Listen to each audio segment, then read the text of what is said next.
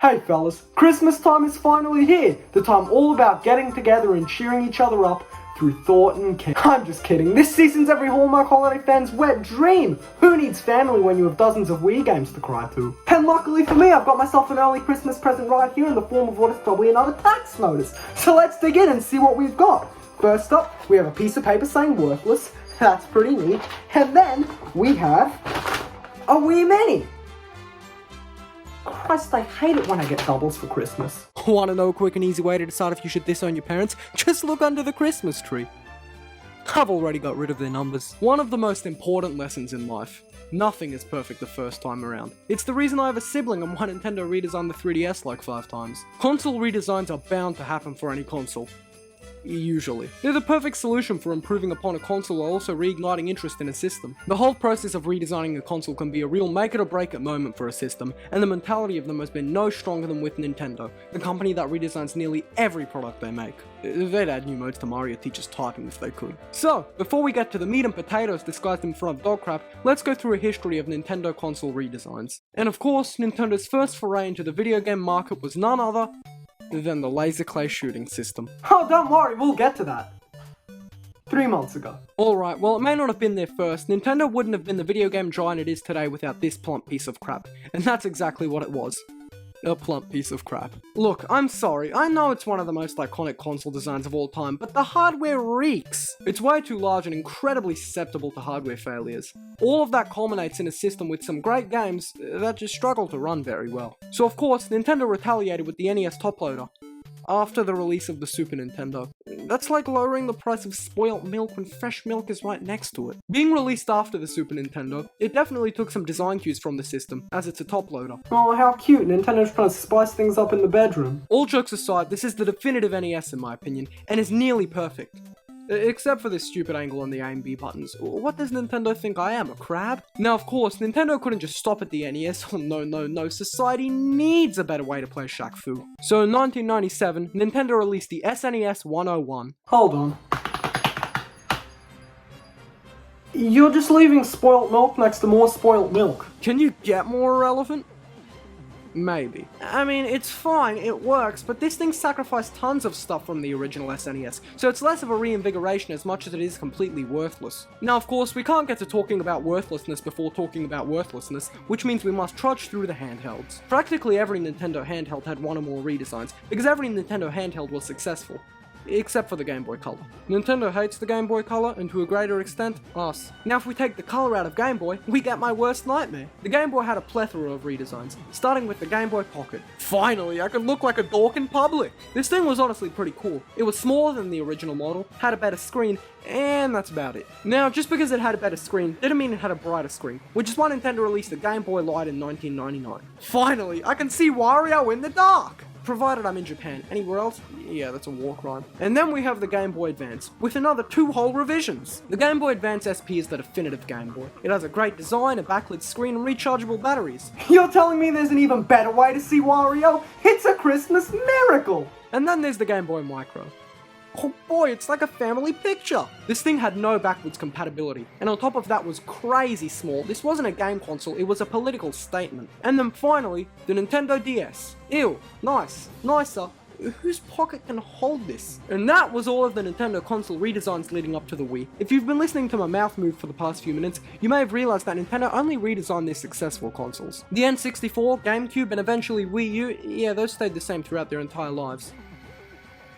Oh boy, I wonder if we'll get a redesign. The Nintendo Wii is one of the best-selling consoles of all time, but you don't need me to tell you that. You probably already have 5 of them between your couch cushions. For a while there, everybody and their uncle had one, and it was all because of its simplicity. The motion controls allowed the system to have a much wider appeal and reach casual consumers outside of the core demographic. No confusion, no pressing 7 buttons, no being called a loser for playing games. You just move the remote, and the same action will be presented on screen. Its simplicity was the core reason so many people flocked to stores and picked one up.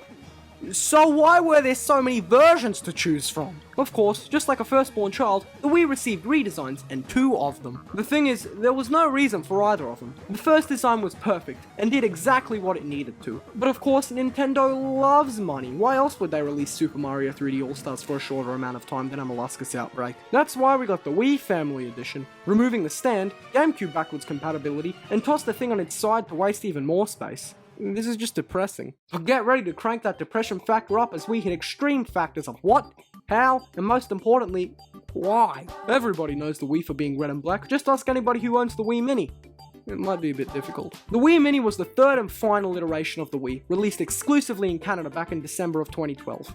A month after the Wii U. This spoiled milk is reaching dangerously nauseous levels. It was first announced only 2 weeks earlier, via an internal release schedule from a major retailer. Because if Nintendo's too scared to announce dog crap, Walmart always will. And not only was Nintendo too scared to announce the damn thing, they were too scared to release it to the masses either, as it was only test released in Canada. I've seen a lot of people theorize that the Canadian exclusive release was purely based on the fact that certain areas across the world are used as test areas. For example, my house is used to test if people can whine about the Wii Mini for more than 2 minutes. Yes. Stuff like that happens a lot with smartphone apps. I specifically remember Sega test releasing Sonic Runners in select countries, to which they responded, well, it sure isn't the Wii Mini. And on that day, Canadians rejoiced. And that theory turned out to be pretty much exactly what happened, with Nintendo deciding to release the Wii Mini exclusively in Canada for its first out of a painful 6 years. And to be fair, Canada was probably the perfect place to test this thing out. Think about it. Canada is filled with cottages and summer homes, so if a family were to go on a vacation and stayed at a cottage in the middle of the forest, they probably wouldn't have any internet access,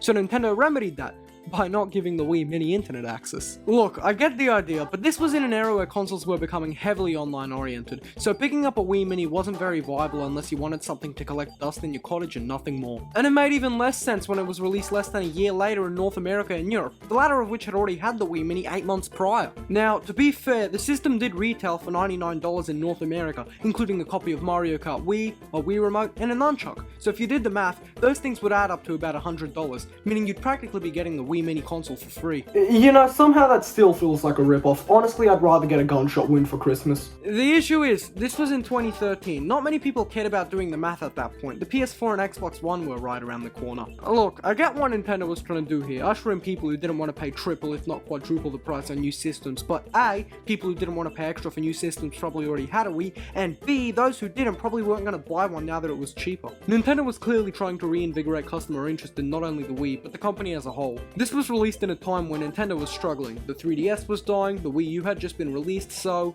the Wii U was dying, which is why they thought it'd be a good idea to go back to their roots and release a redesign of the Wii. It wasn't. There's also the fact that they stripped out tons of features from this console to get it down to the $99 mark. They practically needed to include all of that stuff to entice people. And it still failed. I think the main reason it failed despite all of the stuff that was chucked in was its lack of internet access. This thing had no internet at all. You couldn't even buy accessories to connect to the internet. The Wii literally had a USB Ethernet adapter, and it won't even let you use that. In my opinion, that's ridiculous. At the very least, you should have the option to spend an extra $20 to access the internet. Or you could just spend an extra $20 to get a regular Wii, that works too. And not only did this console strip internet access, it also got rid of SD card support. Why? And on top of that, they got rid of one of the USB ports. At this point, you're just selling me a plastic slab. Was that the whole goal here? There also wasn't any GameCube support, but that feature was already missing from the Wii Family Edition, so just this once, I'll let it slide. It's not like I need to play Universal Studios Theme Park Adventures again. Alright, I think I might be a little unfair here. I haven't even looked at the thing yet. So far, I've only complained about the features that were missing, but I haven't really looked at how they affect the overall experience, nor the actual system itself, which is why I'm gonna give up. As I mentioned earlier, the Wii Mini was exclusively released in Canada, the US, and Europe, and of course I'm one of the swines who has the nerve to live outside of those regions, meaning I didn't pick up a Wii Mini when it was readily available, and if I want to pick one up now... Who would spend that much on stupid dog crap? Maybe. These prices are quite rough, which is why I won't be able to get a hold of a model. However, I was able to get hands-on with a Wii Mini a few years back, meaning that all my judgments based on the shell of the console itself will be from that experience and any other experience I've had touching matte surfaces. And then for the system's internals, just give the Wii a little bit of this. Blam, Wii Mini. Now, before you complain that I can't be critical of this system because of the fact that I don't own one and it's not how a purist would do it, let me ask you, do I look like a purist to you? So without further ado, let's get to the rotting meat and potatoes. First up, the packaging. Yep, it sure is packaging. Right off the bat, this box states that the system does not connect to the internet. Pretty clear stuff, but what I find hilarious is that Nintendo almost wants to distract you by chucking pictures of Mario and Luigi having fun with the Wii. Oh boy, Luigi, how's the system going for you? It's going great, too bad I can't do anything! Now, in case you forgot which system you just purchased, Nintendo makes sure to remind you by putting the system's name on every side of the packaging. Why are they proud of this? Now, everything else on the packaging isn't very exciting, but at this point, who cares? We're not looking at a cardboard box. So actually cracking it open, virtually, we are greeted with Jesus Christ. The console itself, just as useless as I thought it would be. The console design is definitely interesting, I'll give it that. I must admit, the red and black color scheme isn't half bad, it's pretty fun actually, and then the size of the console. Why would you call this the Wii Mini? I mean, yeah, there's not really much else to call it, but calling it the Wii Mini just kind of implies that this is a much smaller version of the Wii, when in reality, it just isn't. Hell, in some cases, you'd need more space for this thing since it's a top loader. You press the eject button and the disc flap opens up to reveal God anything but Sonic Unleashed. The original Wii's necessity for overhead space never really needed to be accounted for, which just makes this design all the more useless. But I digress. As much as I've dogged on this console for a solid 10 minutes, I do have to say, from my experience a few years back, it felt pretty nice. The rough matte texture does wonders for the Wii Mini's shell. But enough about the top of the shell, let's talk about the back of the shell. This thing is the definition of bare minimum. We've got one USB port, a fan, sensor bar, AV cable, and a power adapter. I mean, sure, it gets you by, but there's plenty of space here to include another USB port, or even swing for an SD card slot. Not enough money though. Alright, that's enough criticizing the shell of the console. Let's get to the system itself, which thankfully, I can easily judge. Just go to my Wi-Fi modem, get a hammer, and we're ready. Actually judging it critically though, it's definitely a Wii. Without internet access. I've spent all this time dogging on the console for not having internet access, which doesn't leave me much to say here, because, well, that's all you can really say about this system itself internally. It doesn't have internet access. Obviously, this wouldn't be a huge issue if you want to play games that don't really have online features, but this thing was bundled with Mario Kart Wii.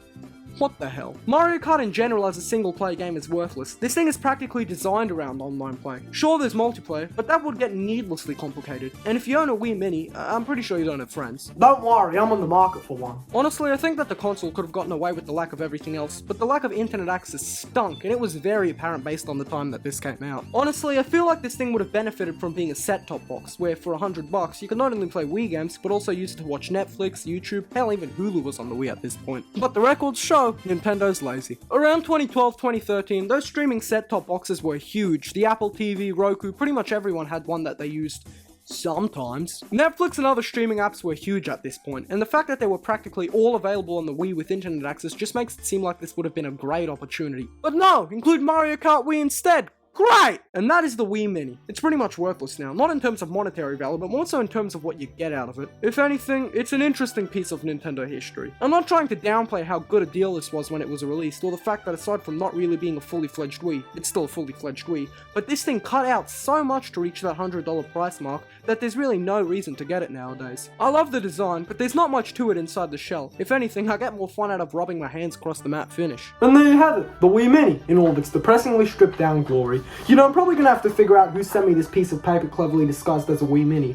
Probably the IRS for evading their taxes all year. But until then, I've got a few things to do. You know, after talking about the Wii Mini for a solid 12 minutes, I think I've finally doubled down on the word worthless, which is why I'm gonna enter the National Spelling Bee. And for the final question, spell the word worthless. Can you use it in a sentence? No, I'm deaf in my left nostril. How about I can talk about the Wii Mini for another 10 minutes? Merry Christmas!